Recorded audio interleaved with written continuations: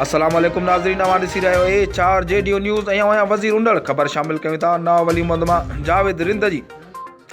नवाब वली मोहम्मद लॻ सिंधी सक़ाफ़त खे भेटा पेश करण लाइ मच कचहरीअ जो प्रोग्राम मुनक़िद कयो, जंहिंमें फ़नकारनि सुर विखेरिया। ख़बर मूजिबि नवाब वली मोहम्मद लॻ ॻोठ साहिब खान खोरखाणीअ में फज़लुल्लाह खोरखाणी, करीम बख्श खोरखाणी ऐं प्रेस क्लब नवाब वली मोहम्मद जनरल सेक्रेटरी कादिर बख्श खोरखाणी तरफ़ां सिंधी सक़ाफ़त खे भेटा पेश करण लाइ मच कचहरी कोठाई वई। कचहरी ख़िताब कंदे जिस्कम आरी सर जो वाइस चेयरमैन अमीर आज़ाद पंवर चयो त सक़ाफ़त क़ौमुनि जी शबिया शिकिल सूरत आहे। सक़ाफ़त सां क़ौमुनि जी सुञाणप थींदी आहे। सिंधी हज़ारी सालनि जी शाहूकार सक़ाफ़त जा वारस आहिनि। जिस्कम ज़िले नवाब शह सदर अली रज़ा ख़ास केली ख़िताब कंदे चयो त सिंध हमेशह शाहूकार सरसब्ज़ शादाब रही आहे। सिंधी माण्हुनि कॾहिं बि कंहिं क़ौम, मुल्क या खिते ते काह या हमलो न कयो आहे। सिंधी क़ौम अमुन परस्त क़ौम आहे। जॾहिं त प्रेस क्लब नवाब वली मोहम्मद सदर यूसुफ रिंद मच कचहरीअ खे ख़िताब कंदे चयो त सिंधु जल जो पाणी पीअंदड़ क़ौम मां होशू हेमू जहिड़नि बहादुर पुटनि जनम वरितो आहे। मच कचहरी में सिंध जे अलबेले रागी दिलदार ओठो सुर विखेरिया, जॾहिं त जिस्कम अॻवान सरफराज़ मीमुण एडवोकेट इम्तियाज़ अली चांडियो, गुलाम शबीर बागी, एजाज ख़ास केली, सहाफ़ी ज़फ़र अली चांडियो,